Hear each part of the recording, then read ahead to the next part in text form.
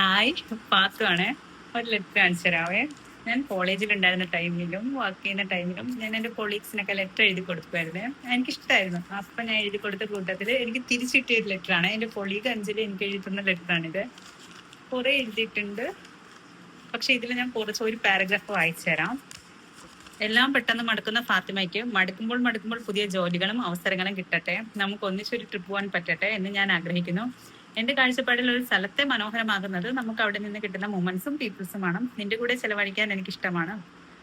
Keep helping others, travelling and doing good things, love you. ഇതാണ് ഓള് എനിക്ക് എഴുതിയേക്കുന്നത്. എന്നിട്ട് ഓള് ജോലി മാറിപ്പോയി, ഞാൻ എൻ്റെ ലോകത്ത് ബിസി ആവുന്നുണ്ട്.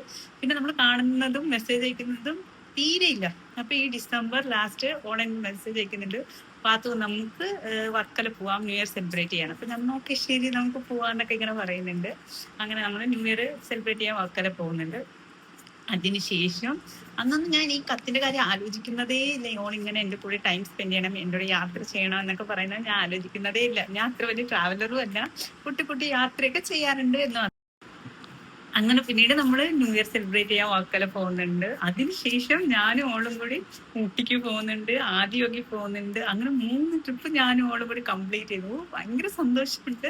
ഓള് ചിലപ്പോൾ ഇത് മാനിഫെസ്റ്റ് ചെയ്ത കാര്യമായിരിക്കാം നടന്നത്. അന്ന് ഞാൻ ഇത് ഇത്ര കാര്യമാക്കി എടുത്തില്ല. അന്ന് ഞാൻ ഇത് ലെറ്റർ കണ്ടു, അന്നത്തെ ആ ഒരു ക്യൂരിയോസിറ്റിയിൽ വായിച്ച ഒരു എക്സൈറ്റ്മെന്റ് അന്ന് ഉണ്ടായിരുന്ന ഒരു എക്സൈറ്റ്മെന്റ് അത്രേ ഉണ്ടായിരുന്നുള്ളൂ.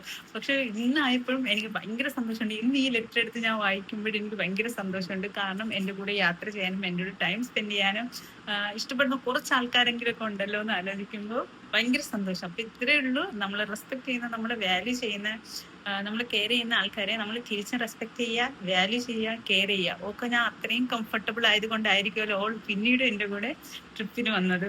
അങ്ങനെ ആലോചിക്കുമ്പോൾ ഭയങ്കര സന്തോഷമുണ്ട്. അപ്പൊ അത്രേ ഉള്ളൂ. ബൈ.